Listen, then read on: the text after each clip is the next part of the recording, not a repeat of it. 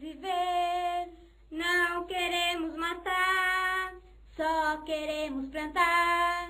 Não queremos riqueza, só queremos certeza. Certeza que um dia o sem terra terá onde morar e onde plantar. Certeza que um dia o sem terra terá onde morar e onde plantar. 11 de fevereiro de 2005, nós estamos aqui na casa do Plínio de Arruda Sampaio, junto com o Juca. Eu também, que sou Sônia Novaes Moraes, estamos conversando sobre a ABRA, sobre a trajetória dessa Associação Brasileira de Reforma Agrária, que tem uma história muito importante para ser divulgada, para ser conhecida pelas novas gerações. A Sônia começou dizendo que é muito importante essa entidade. E nós estamos reunidos hoje, no dia 15 de fevereiro, ainda sob o impacto da morte, do assassinato da irmã Dorothy, a irmã Dorothy da Comissão Pastoral da Terra, da CPT.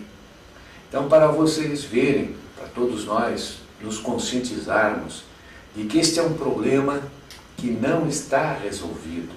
Se estivesse resolvido, a troco do que 2 pistoleiros metiriam 7 balas numa mulher de 74 anos que tinha uma Bíblia na mão.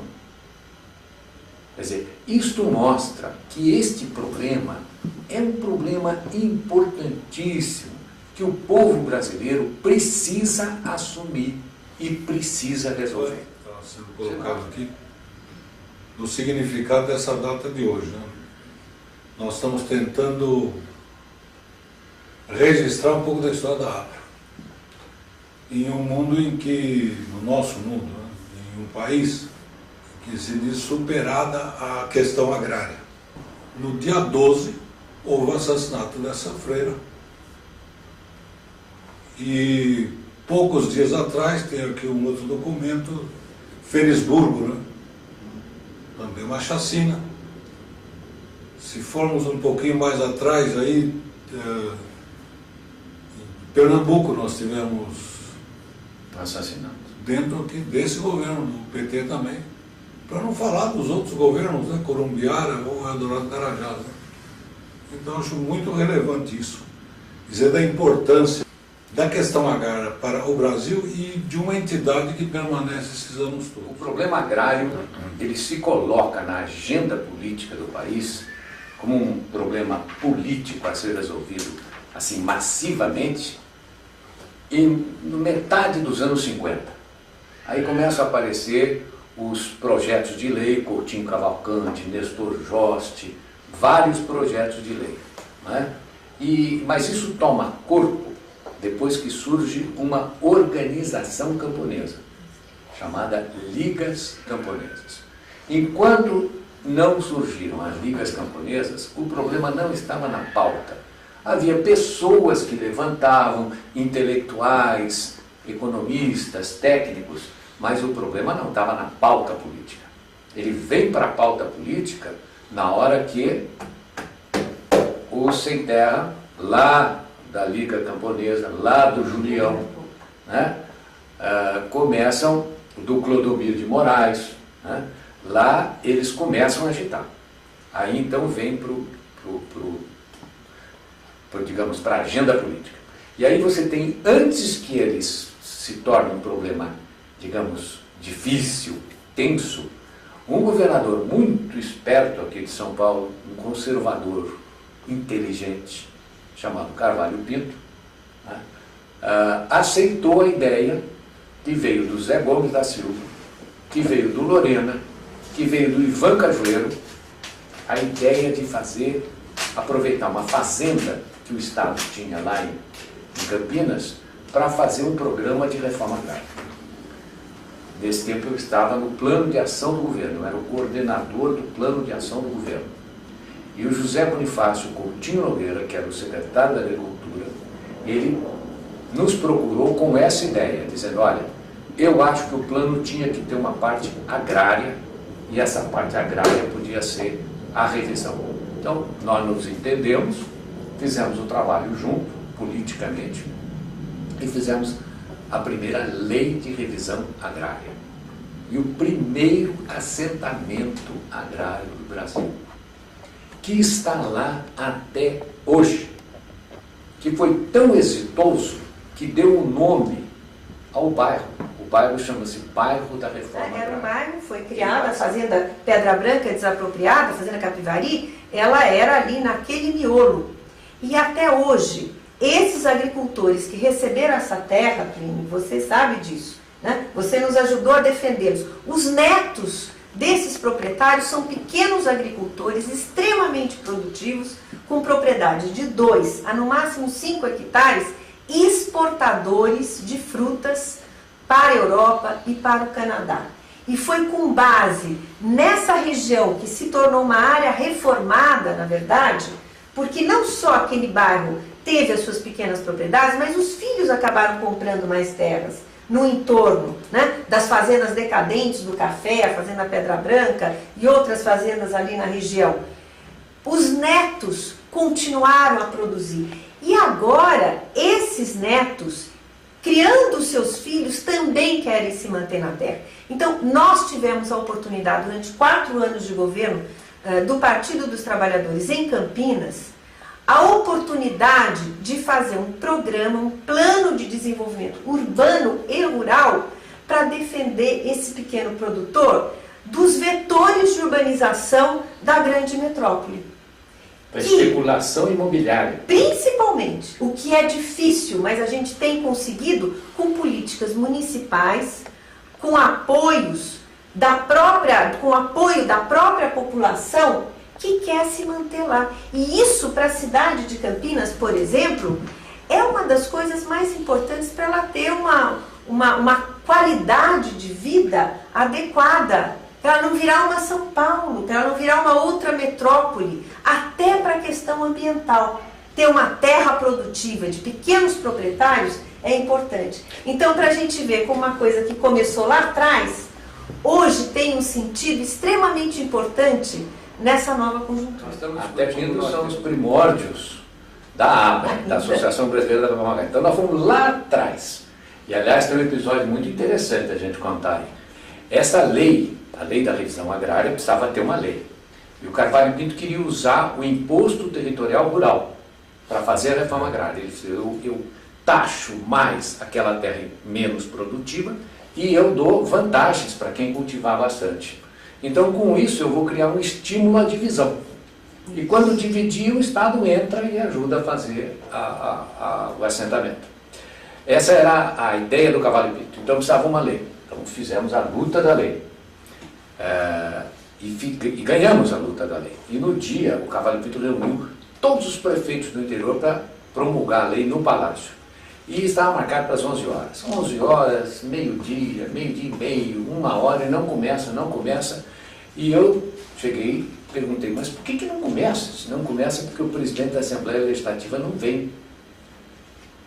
E aí eu falei, mas por que ele não vem? Se não vem, porque disse que o sogro dele ligou para ele e falou, se for, não dou dinheiro para a próxima eleição. Mas no final nós laçamos o homem, levamos lá e o Carvalho Pinto promulgou a lei. Pois bem, nem um mês depois, os grandes proprietários se reuniram em Brasília, fizeram a primeira reforma, a primeira emenda à Constituição de 46, retiraram o imposto territorial rural, que era do Estado, e passaram para os municípios, para efeito de tirar o instrumento do professor Carvalho Pinto. E por isso que a reforma agrária dele ficou reduzida à fazenda que já tinha sido desapropriada. Então ele resolveu fazer para a questão de ter um exemplo. E fizemos. O exemplo está aí. 40 anos depois, o exemplo está aí. O companheiro que está nos ouvindo é saber que a reforma agrária é uma luta contínua, de várias maneiras. Né? Então eu estava, por exemplo, colocando o seguinte, o primeiro bruto, a primeira ponte assim foi este projeto. Mas em 64, a reforma agrária vem aí então de uma forma tensa, de uma forma conflitiva, de uma forma realmente terrível. E foi no projeto da reforma, no bojo das reformas de base do presidente João Goulart, o projeto da reforma agrária. Me nomearam relator do projeto, provavelmente pela experiência que eu tinha aqui em São Paulo, sabiam que eu tinha trabalhado nisso, então eu fui nomeado relator do projeto da reforma agrária, que foi o projeto que dividiu, que quebrou, que provocou a ruptura do esquema político de sustentação do João Goulart. Porque foi a primeira vez que PSD e PTB não votaram juntos. O PSD votou com a UDN, seu inimigo figadal, né? E o PTB ficou isolado e perdeu, né? Eu era naquele tempo do Partido Democrata Cristão, mas nós éramos um partido pequeno, de modo que eu era o único representante do partido na comissão especial e o relator. E fui derrotado, claro, né? Mas nós demos um parecer favorável e aí juntaram-se os deputados do PSD e os deputados da UDN e nos derrotaram. Eu me lembro que o Brizola estava na nossa comissão e o Brizola fez um discurso violentíssimo, reclamando e tal, e a partir daí é que começou a conspiração para derrubar o Goulart. A partir daí nós não conseguimos aprovar, isso foi em abril de 63, nós não conseguimos aprovar nem uma lei importante até 1º de abril de 1964. Houve um complô.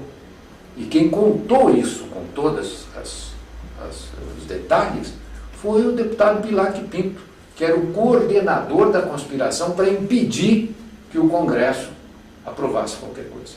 E nós lutando lá dentro e um grupo impedindo, para criar uma situação de não governabilidade e com isso favorecer o golpe militar. Essa lei da reforma agrária que nós tentamos fazer em 64 provocou essa ruptura, perdeu-se a lei, o Goulart caiu, mas a agitação em torno da reforma agrária era tão grande e o problema era tão real que os militares resolveram fazer uma lei de reforma agrária.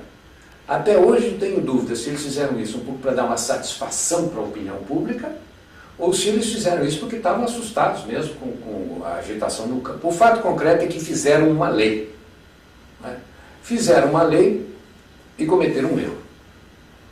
Puseram o Zé Gomes da Silva para ser o homem, para fazer a lei e para ser o primeiro diretor da Supra, que chamava naquele tempo. Só que o Zé Gomes acreditava na reforma agrária. Era um homem que de fato acreditava na reforma agrária. Então ele fez uma lei muito bem feita, porque ele conhecia o assunto, né? E ele foi o presidente que criou, de fato começou a fazer. Evidentemente não durou muito. Fizeram um complô, tiraram o Zé Gomes, e aí então o Zé Gomes, o Lorena e a turma dele, para não deixar cair a peteca, para não deixar morrer o assunto da reforma agrária, eles resolveram formar uma sociedade civil para debater a lei da reforma agrária do governo militar. Então não era para defender essa lei. Então não era possível nenhum moban em cima deles, nenhum doicode em cima deles. Primeiro porque eram professores universitários, empresários. O Zé Gomes era, aliás, um fazendeiro fantástico, ganhava tudo que é prêmio de eficiência produtiva, tudo, restauração de solo, tudo, entendeu?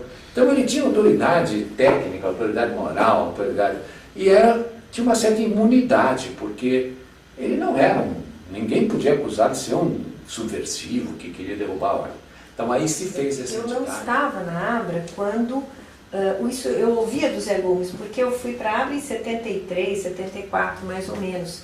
Mas o Zé Gomes, várias vezes, ele, o Lorena, Plínio, acho que nem tinha voltado para o Brasil ainda, estava no exterior, eles eram chamados para depor no DOPS. Várias vezes, como é que saiu esse artigo, como é que o senhor foi dar uma palestra e falou da questão agrária, da reforma agrária.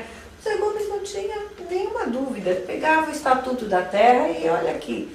E principalmente lia a mensagem, que eu não me esqueço nunca o número, a mensagem 33 do Castelo Branco, que se a gente for ler até hoje... Tem uma bruta de fora. É fantástico o que o Castelo fala, por que ele precisava que aquela lei fosse aprovada.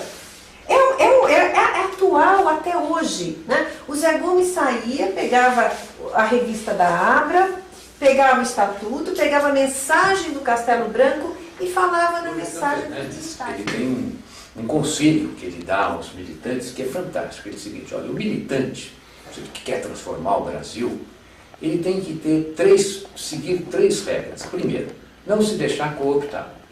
Segundo, não se deixar liquidar. Terceiro, trazer vitórias para o povo. Eu acho que ninguém aproveitou tão bem essa lição quanto o Zé Gomes.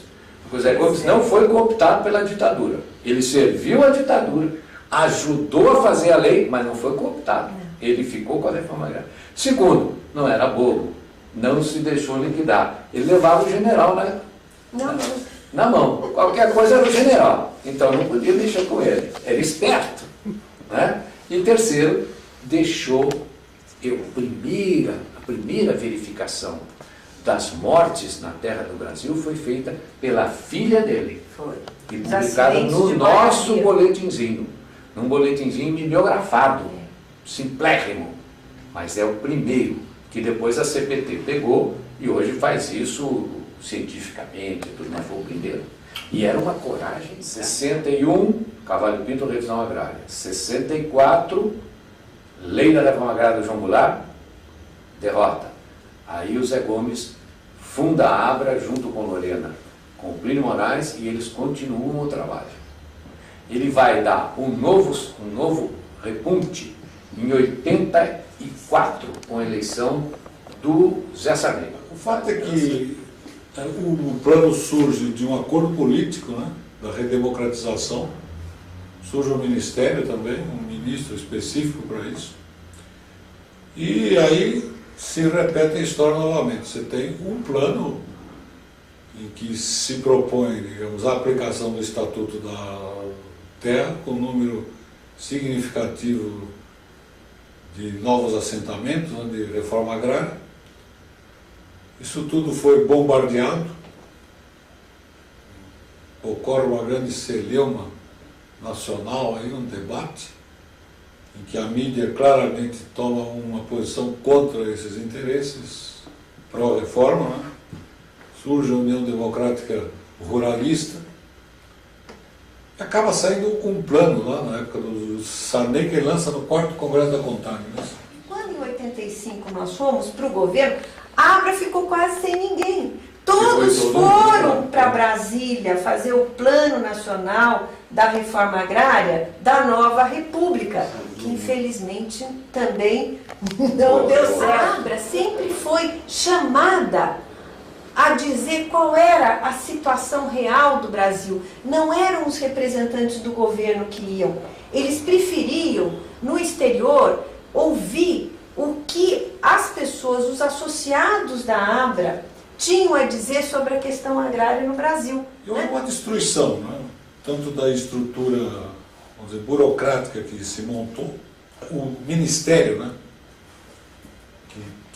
Que havia sido construído para isso, acaba desaparecendo também, tem uma sucessão de ministros, né? O plano ele não se concretiza, simplesmente ele não se concretiza.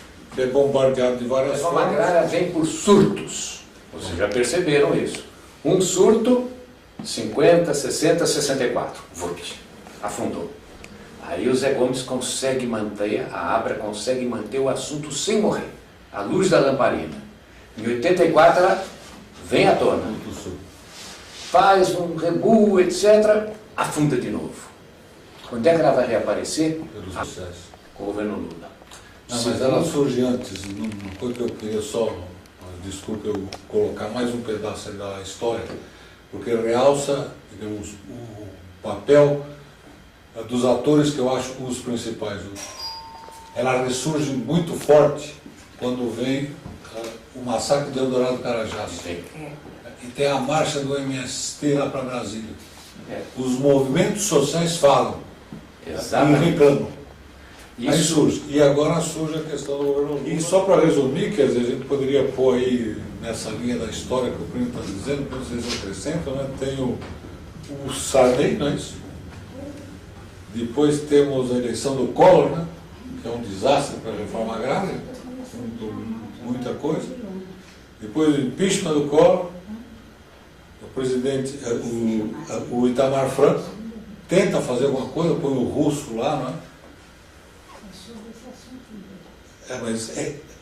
E é pouco tempo, depois vem a época do Fernando Henrique, que eu chamaria de uma época de ilusionismo agrário, tá certo? Porque se dizer que fazia muito, foi se destruindo tudo.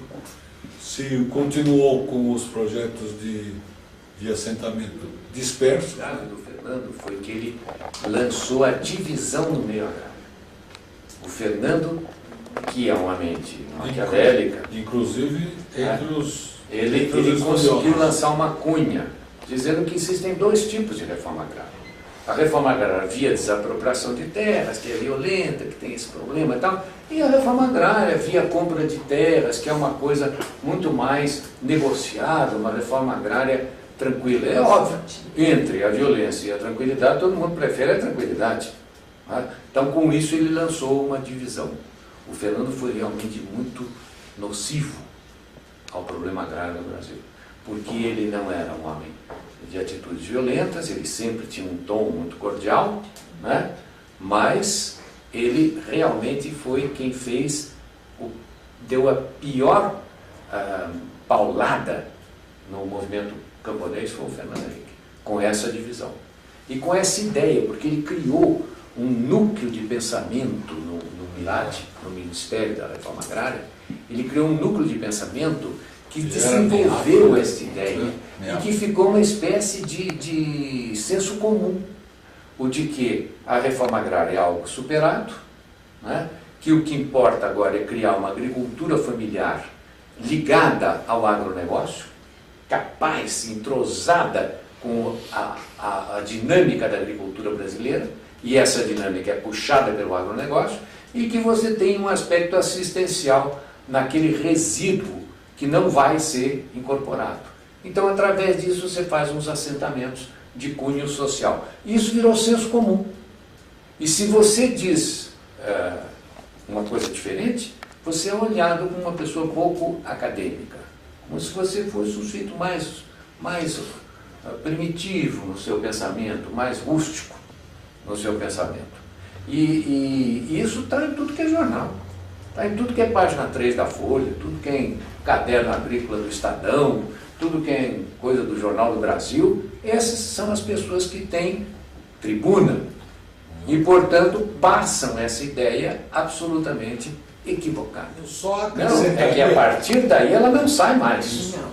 Quando o MST faz a passeata dos 100 mil, em 95, ele deixou a reforma agrária permanentemente na agenda. Ela não saiu mais. E ela vai tentar se materializar no primeiro Plano Nacional de Reforma Agrária, em que aqui estão 3 pessoas que ajudaram a fazer. Nós juntamos todo esse grupo antigo para fazer o plano. Juntamos 50 funcionários do INCRA, 50 funcionários do INCRA, que trabalharam para fazer o plano. Fizemos um seminário com 70 funcionários selecionados pelo próprio funcionalismo do INCRA para discutir o primeiro borrador, o primeiro rascunho do plano. Consultamos todas as entidades do campo, todas, e mandaram representantes para trabalhar o trabalho. E fizemos o Plano Nacional, o segundo Plano Nacional de Reforma Agrária, no qual propunhamos 1 milhão de famílias assentadas em convidado pelo Plínio, né? E éramos um grupo de 8 professores técnicos, né? Etc.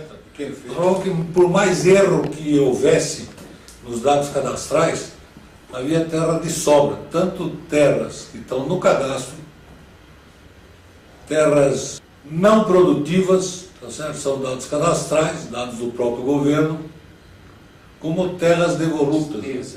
A tristeza é que o governo Lula, um governo comprometido com a reforma agrária, um governo que vem de um partido cujo primeiro item da plataforma em todas as eleições chamava-se reforma agrária.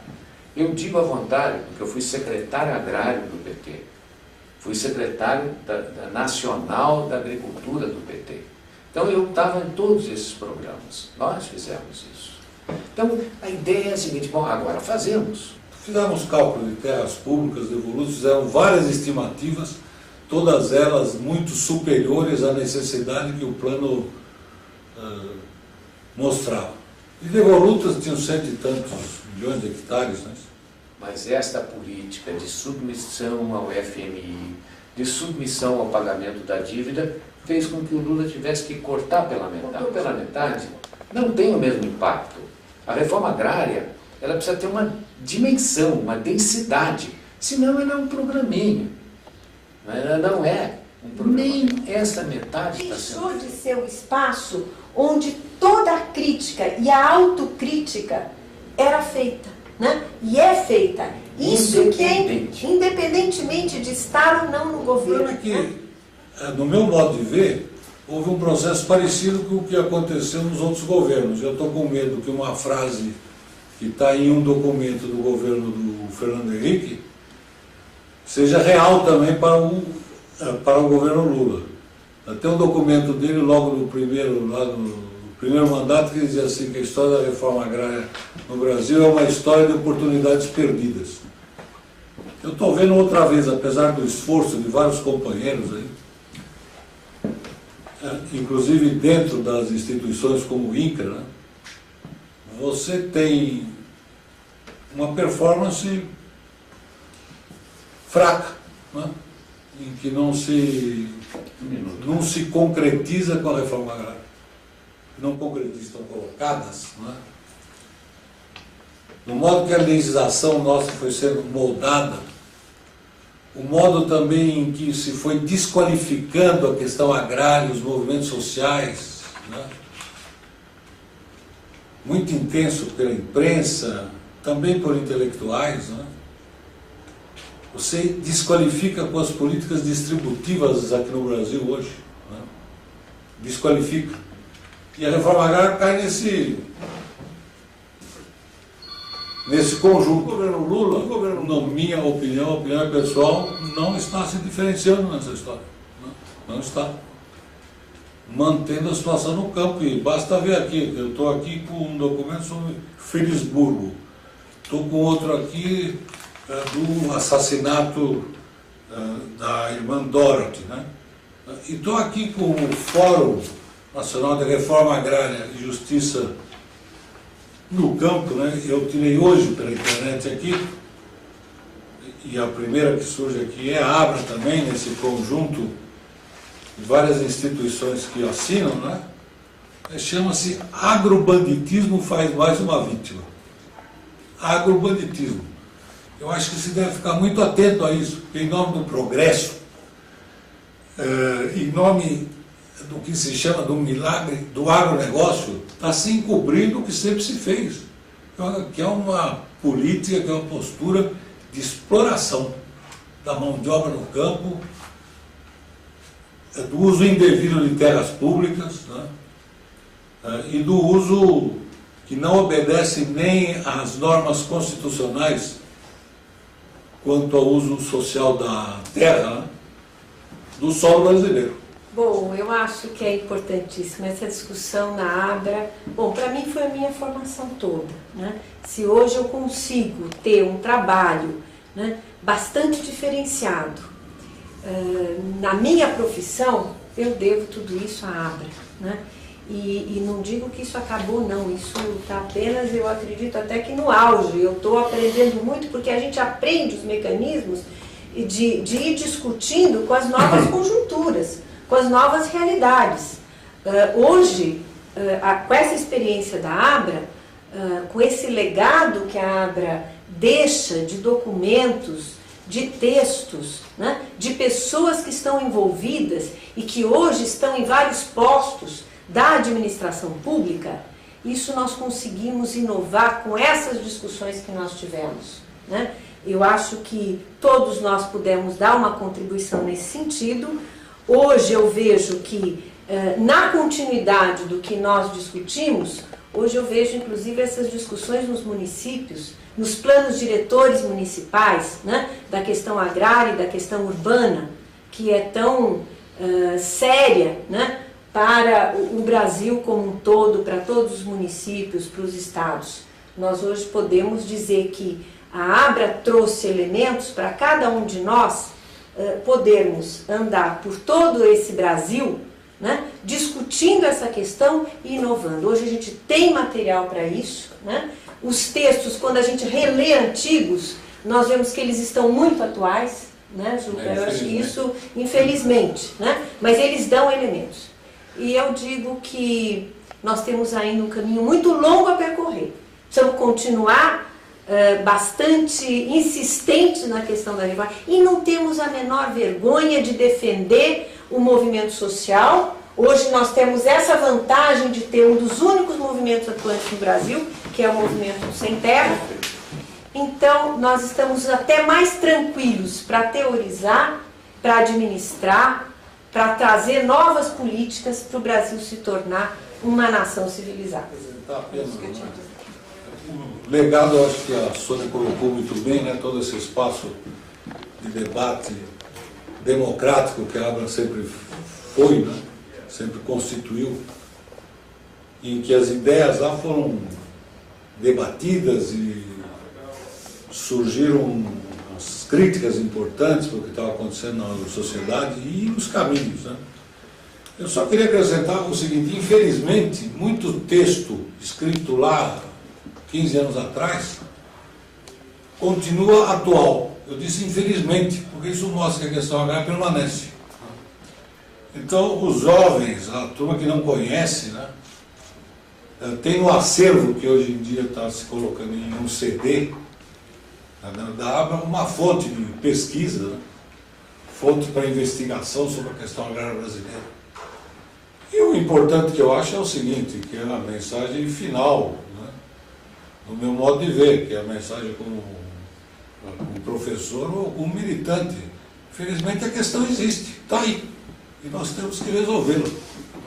E a Abra é um instrumento muito importante de reunir pessoas, de provocar o debate, de gerar ideias. Essa é a função, na minha opinião, fundamental, né? O grande legado da Abra é a memória. O país que não tem memória não tem futuro. O país que não tem memória, que não lembra o que aconteceu no passado, não sabe como se comportar no presente. De modo que a Abra, ela é a memória dos intelectuais independentes que proclamaram há 30 e tantos anos que este problema precisa ser resolvido. Esse é o grande legado da Abra. Não queremos morrer, só queremos viver. Não queremos matar, só queremos plantar. Não queremos riqueza, só queremos certeza. Certeza que um dia o sem terra terá onde morar e onde plantar. Certeza que um dia o sem terra terá onde morar e onde plantar. Que tem terra no Brasil para distribuir para todas as famílias do campo. Não queremos matar, só queremos plantar. Não queremos riqueza, só queremos certeza. Certeza que um dia o sem terra terá onde morar e onde plantar. Uma qualidade de vida adequada, para ela não virar uma São Paulo, para ela não virar uma outra metrópole, até para a questão ambiental. Ter uma terra produtiva de pequenos proprietários é importante. Então, para a gente ver como uma coisa que começou lá atrás, hoje tem um sentido extremamente importante nessa nova conjuntura. Até porque são os primórdios da ABRA, da Associação Brasileira da Mamacá. Então nós fomos lá atrás. E aliás tem um episódio muito interessante a gente contar aí. Essa lei, a lei da revisão agrária, precisava ter uma lei. E o Carvalho Pinto queria usar o imposto territorial rural para fazer a reforma agrária. Ele disse, eu taxo mais aquela terra menos produtiva e eu dou vantagens para quem cultivar bastante. Então, com isso, eu vou criar um estímulo à divisão. E quando dividir, o Estado entra e ajuda a fazer o assentamento. Essa era a ideia do Carvalho Pinto. Então, precisava uma lei. Então, fizemos a luta da lei. E ganhamos a luta da lei. E no dia, o Carvalho Pinto reuniu todos os prefeitos do interior para promulgar a lei no Palácio. E estava marcado para as 11 horas. 11 horas, meio-dia, meio-dia e meio, 1 hora, e não começa. E eu cheguei, perguntei, mas por que não começa? Se não começa, porque o presidente da Assembleia Legislativa não vem. E aí eu falei, mas por que ele não vem? Se não vem, porque disse que o sogro dele ligou para ele e falou, se for, não dou dinheiro para a próxima eleição. Mas no final nós laçamos o homem, levamos lá e o Carvalho Pinto promulgou a lei. Pois bem, nem um mês depois, os grandes proprietários se reuniram em Brasília, fizeram a primeira reforma, a primeira emenda à Constituição de 46, retiraram o imposto territorial rural, que era do Estado, e passaram para os municípios, para efeito de tirar o instrumento do professor Carvalho Pinto. E por isso que a reforma agrária dele ficou reduzida à fazenda que já tinha sido desapropriada. Então ele resolveu fazer para a questão de ter um exemplo. E fizemos. O exemplo está aí. 40 anos depois, o exemplo está aí.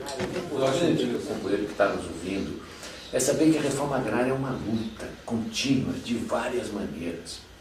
Né? Então eu estava, por exemplo, colocando o seguinte, o primeiro bruto, a primeira ponte, assim, foi esse projeto. Mas em 64, a reforma agrária vem aí, então, de uma forma tensa, de uma forma conflitiva, de uma forma realmente terrível. E foi no projeto... Foram para Brasília fazer o Plano Nacional da Reforma Agrária da Nova República, que infelizmente também não deu certo. A Abra sempre foi chamada a dizer qual era a situação real do Brasil. Não eram os representantes do governo que iam. Eles preferiam, no exterior, ouvir o que as pessoas, os associados da Abra, tinham a dizer sobre a questão agrária no Brasil. E houve uma destruição, né? Tanto da estrutura, vamos dizer, burocrática que se montou, o ministério, né? Que havia sido construído para isso, acaba desaparecendo também, tem uma sucessão de ministros, né? O plano ele não se concretiza, simplesmente ele não se concretiza. É bombardeado de várias formas. A reforma agrária vem por surtos, vocês já perceberam isso. Um surto, 50, 60, 64, afundou. Aí o Zé Gomes consegue manter, a Abra consegue manter o assunto sem morrer, à luz da lamparina. Em 84 ela vem à tona, faz um rebu, etc., afunda de novo. Quando é que ela vai reaparecer? Com o governo Lula. Não, mas ela surge antes, uma coisa que eu queria só, desculpe eu colocar mais um pedaço aí da história, porque realça, digamos, o papel dos atores que eu acho os principais. Ela ressurge muito forte quando vem o massacre de Eldorado do Carajás. E tem a marcha do MST lá para Brasília. Os movimentos sociais falam. Exatamente. E reclamam. Isso. Aí surge. E agora surge a questão do governo Lula. E só para resumir, quer dizer, a gente poderia pôr aí nessa linha da história que o Primo está dizendo, que vocês acrescentam, né? Tem o Sarney, não é isso? Depois temos a eleição do Collor, né? Que é um desastre para a reforma agrária, muita coisa. Depois o impeachment do Collor, o presidente, o Itamar Franco, tenta fazer alguma coisa, põe o russo lá, não é? E é pouco tempo, depois vem a época do Fernando Henrique, que eu chamaria de uma época de ilusionismo agrário, tá certo? Porque se dizer que fazia muito foi se destruindo tudo.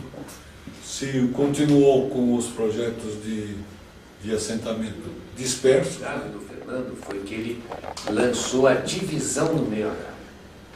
O Fernando, que é uma mente maquiavélica, inclusive entre os... ele conseguiu lançar uma cunha, dizendo que existem dois tipos de reforma agrária. A reforma agrária via desapropriação de terras, que é violenta. Em nome do que se chama do milagre do agronegócio, está se encobrindo o que sempre se fez, que é uma política, que é uma postura de exploração da mão de obra no campo, do uso indevido de terras públicas, né? E do uso que não obedece nem às normas constitucionais quanto ao uso social da terra, né? Do solo brasileiro. Bom, eu acho que é importantíssima essa discussão na Abra. Bom, para mim foi a minha formação toda, né? Se hoje eu consigo ter um trabalho, né, bastante diferenciado na minha profissão, eu devo tudo isso à Abra, né? E não digo que isso acabou, não, isso está apenas, eu acredito até que no auge. Eu estou aprendendo muito porque a gente aprende os mecanismos de ir discutindo com as novas conjunturas, com as novas realidades. Hoje, com essa experiência da Abra, com esse legado que a Abra deixa de documentos, de textos, né, de pessoas que estão envolvidas e que hoje estão em vários postos da administração pública, isso nós conseguimos inovar com essas discussões que nós tivemos, né? Eu acho que todos nós pudemos dar uma contribuição nesse sentido. Hoje eu vejo que, na continuidade do que nós discutimos, hoje eu vejo inclusive essas discussões nos municípios, nos planos diretores municipais, né, da questão agrária e da questão urbana, que é tão séria, né, para o Brasil como um todo, para todos os municípios, para os estados. Nós hoje podemos dizer que a Abra trouxe elementos para cada um de nós podermos andar por todo esse Brasil, né, discutindo essa questão e inovando. Hoje a gente tem material para isso, né? Os textos, quando a gente relê antigos, nós vemos que eles estão muito atuais, né, Juca? Eu acho que isso, infelizmente, né? Mas eles dão elementos. E eu digo que nós temos ainda um caminho muito longo a percorrer. Precisamos continuar bastante insistentes na questão da reforma e não temos a menor vergonha de defender o movimento social. Hoje nós temos essa vantagem de ter um dos únicos movimentos atuantes no Brasil, que é o movimento Sem Terra. Então nós estamos até mais tranquilos para teorizar, para administrar, para trazer novas políticas para o Brasil se tornar uma nação civilizada. O legado, eu acho que a Sônia colocou muito bem, né, todo esse espaço de debate democrático. O Cavalho Pinto promulgou a lei. Pois bem, nem um mês depois, os grandes proprietários se reuniram em Brasília, fizeram a primeira reforma, a primeira emenda à Constituição de 46, retiraram o imposto territorial rural, que era do Estado, e passaram para os municípios, para efeito de tirar o instrumento do professor Cavalho Pinto. E por isso que a reforma agrária dele ficou reduzida à fazenda que já tinha sido desapropriada. Então ele resolveu fazer para a questão de ter um exemplo. E fizemos. O exemplo está aí. 40 anos depois, o exemplo está aí. O companheiro que está nos ouvindo é saber que a reforma agrária é uma luta contínua, de várias maneiras. Né? Então eu estava, por exemplo, colocando o seguinte: o primeiro digamos, o primeiro bruto, a primeira ponte assim foi este projeto. Mas em 64, a reforma agrária vem aí então de uma forma tensa, de uma forma conflitiva, de uma forma realmente terrível. E foi no projeto da reforma, no bojo das reformas de base do presidente Goulart, o projeto da reforma agrária. Me nomearam relator do projeto, provavelmente pela experiência que eu tinha aqui em São Paulo, sabiam que eu tinha trabalhado nisso, então eu fui nomeado relator do projeto da reforma agrária, que foi o projeto que dividiu, que quebrou, que provocou a ruptura do esquema político de sustentação do João Goulart. Porque foi a primeira vez que PSD e PTB não votaram juntos. O PSD votou com a UDN, seu inimigo figadão, né? E o PTB ficou isolado e perdeu, né? Eu era naquele tempo do Partido Democrata Cristão, mas nós éramos um partido pequeno, de modo que eu era o único representante do partido na comissão especial e o relator. E fui derrotado, claro, né? Mas nós demos um parecer favorável e aí juntaram-se os deputados do PSD e os deputados da UDN e nos derrotaram. Eu me lembro que o Brizola estava na nossa comissão e o Brizola fez um discurso violentíssimo, reclamando e tal, e a partir daí é que começou a conspiração para derrubar o Goulart. A partir daí nós não conseguimos aprovar, isso foi em abril de 63, nós não conseguimos aprovar nem uma lei importante até o Brizola fez um discurso violentíssimo, reclamando e tal, e a partir daí é que começou a conspiração para derrubar o Goulart. A partir daí nós não conseguimos aprovar, isso foi em abril de 63, nós não conseguimos aprovar nem uma lei importante até 1º de abril de 1964. Houve um complô. E quem contou isso com todos os detalhes foi o deputado Bilac Pinto, que era o coordenador da conspiração para impedir que o Congresso aprovasse qualquer coisa. E nós lutando lá dentro e um grupo impedindo para criar uma situação de não governabilidade e com isso favorecer o golpe militar. Essa lei da reforma agrária que nós tentamos fazer em 64 provocou essa ruptura, perdeu-se a lei, o Goulart caiu, mas a agitação em torno da reforma agrária era tão grande e o problema era tão real que os militares resolveram fazer uma lei de reforma agrária. Até hoje tenho dúvida se eles fizeram isso um pouco para dar uma satisfação para a opinião pública ou se eles fizeram isso porque estavam assustados mesmo com a agitação no campo. O fato concreto é que fizeram uma lei, né? Fizeram uma lei e cometeram um erro. Puseram o Zé Gomes da Silva para ser o homem, para fazer a lei e para ser o primeiro diretor da Supra, que chamava naquele tempo. Só que o Zé Gomes acreditava na reforma agrária. Era um homem que de fato acreditava na reforma agrária. Então ele fez uma lei muito bem feita, porque ele conhecia o assunto, né? E ele foi o presidente que criou, de fato começou a fazer. Evidentemente, não durou muito. Fizeram um complô, tiraram o Zé Gomes, e aí então o Zé Gomes, o Lorena e a turma dele, para não deixar cair a peteca, para não deixar morrer o assunto da reforma agrária, eles resolveram formar uma sociedade civil para debater a lei da reforma agrária do governo militar. Então não era para defender essa lei. Então não era possível nenhum moban em cima deles, nenhum doicode em cima deles. Primeiro porque eram professores universitários, empresários. O Zé Gomes era, aliás, um fazendeiro fantástico, ganhava tudo que é prêmio de eficiência produtiva, tudo, restauração de solo, tudo, entendeu? Então ele tinha autoridade técnica, autoridade moral, autoridade, e tinha uma certa imunidade, porque ele não era ninguém podia acusar de ser um subversivo que queria derrubar a ordem.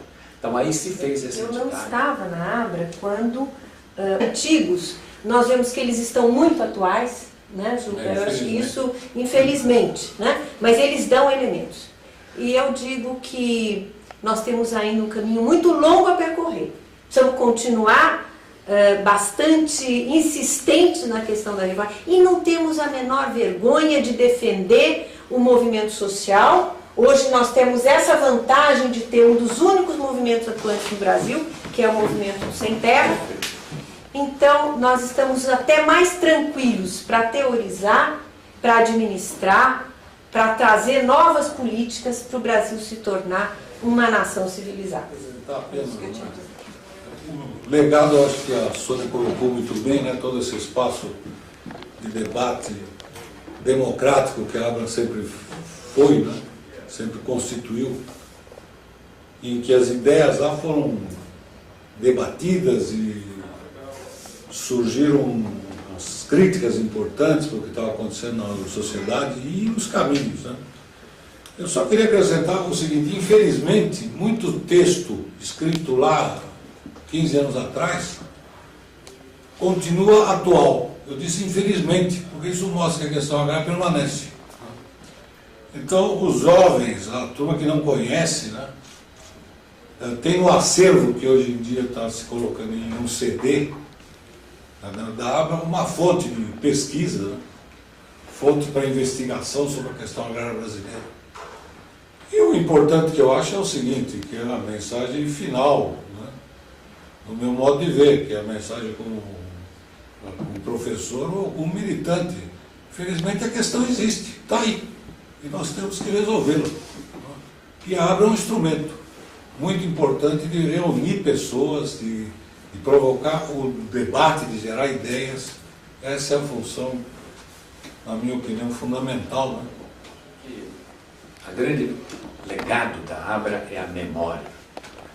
O país que não tem memória não tem futuro.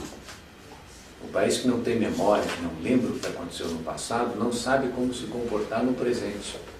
De modo que a Abra, ela é a memória dos intelectuais independentes que proclamaram há 30 e tantos anos que este problema precisa ser resolvido. Esse é o grande legado da Abra.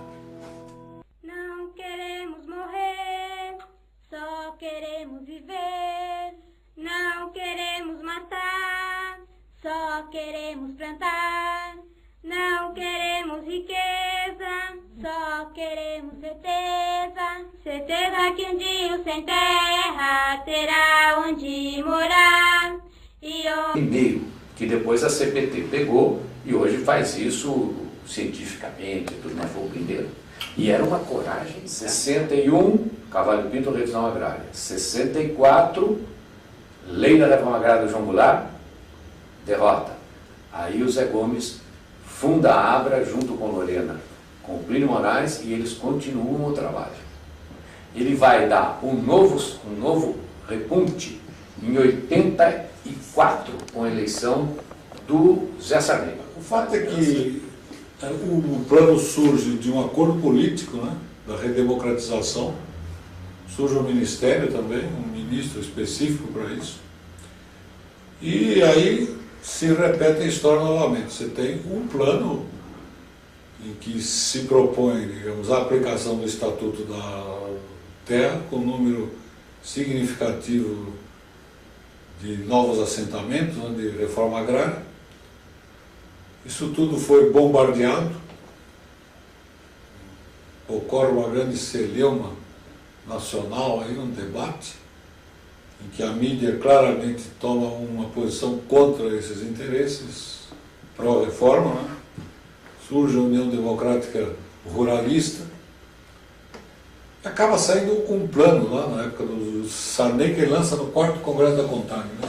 Quando em 85 nós fomos para o governo, a Abra ficou quase sem ninguém. Todos foram para Brasília fazer o Plano Nacional da Reforma Agrária da Nova República, que infelizmente também não deu certo. A Abra sempre foi chamada a dizer qual era a situação real do Brasil. Não eram os representantes do governo que iam. Eles preferiam, no exterior, ouvir o que as pessoas, os associados da Abra, tinham a dizer sobre a questão agrária no Brasil. E houve uma destruição, né? Tanto da estrutura, vamos dizer, burocrática que se montou, o ministério, né? Que havia sido construído para isso, acaba desaparecendo também, tem uma sucessão de ministros, né? O plano ele não se concretiza, simplesmente ele não se concretiza. Foi bombardeado de A várias reforma formas. agrária vem por surtos. Vocês já perceberam isso. Um surto, 50, 60, 64. Vupt, afundou. Aí o Zé Gomes consegue manter, a Abra consegue manter o assunto sem morrer. À luz da lamparina. Em 84 ela vem à tona. Faz um rebu, etc. Afunda de novo. Quando é que ela vai reaparecer? Pelo sucesso. Com o governo Lula. Não, mas ela surge antes, não foi que eu queria só. Extremamente importante nessa nova conjuntura. Até Pinto são os primórdios da ABRA, da Associação Brasileira da Reforma Agrária. Então nós fomos lá atrás. E aliás tem um episódio muito interessante a gente contar aí. Essa lei, a lei da revisão agrária, precisava ter uma lei. E o Carvalho Pinto queria usar o imposto territorial rural para fazer a reforma agrária. Ele disse, eu taxo mais aquela terra menos produtiva e eu dou vantagens para quem cultivar bastante. Então, com isso, eu vou criar um estímulo à divisão. E quando dividir, o Estado entra e ajuda a fazer o assentamento. Essa era a ideia do Carvalho Pinto. Então, precisava uma lei. Então, fizemos a luta da lei. E ganhamos a luta da lei. E no dia, o Carvalho Pinto reuniu todos os prefeitos do interior para promulgar a lei no Palácio. E estava marcado para as 11 horas. 11 horas, meio-dia e meio, 1 hora, e não começa. E eu cheguei e perguntei, mas por que não começa? Se não começa, porque o presidente da Assembleia Legislativa não vem. E aí eu falei, mas por que ele não vem? Se não vem, porque disse que o sogro dele ligou para ele e falou, se for, não dou dinheiro para a próxima eleição. Mas no final nós laçamos o homem, levamos lá e o Carvalho Pinto promulgou a lei. Pois bem, nem um mês depois, os grandes proprietários se reuniram em Brasília, fizeram a primeira reforma, a primeira emenda à Constituição de 46, retiraram o imposto territorial rural, que era do Estado, e passaram para os municípios, para efeito de tirar o instrumento do professor Carvalho Pinto. E por isso que a reforma agrária dele ficou reduzida à fazenda que já tinha sido desapropriada. Então ele resolveu fazer para a questão de ter um exemplo. E fizemos. O exemplo está aí. 40 anos depois, o exemplo está aí. O companheiro que está nos ouvindo é saber que a reforma agrária é uma luta contínua, de várias maneiras. Né? Então eu estava, por exemplo, colocando o seguinte, o primeiro bruto, a primeira ponte, assim, foi este projeto. Mas em 64, a reforma agrária vem aí, então, de uma forma tensa, de uma forma conflitiva, de uma forma realmente terrível. E foi no projeto da reforma, no bojo das reformas de base do presidente João Goulart, o projeto da reforma agrária. Me nomearam relator do projeto, provavelmente pela experiência que eu tinha aqui em São Paulo, sabiam que eu tinha trabalhado nisso, então eu fui nomeado relator do projeto da reforma agrária, que foi o projeto que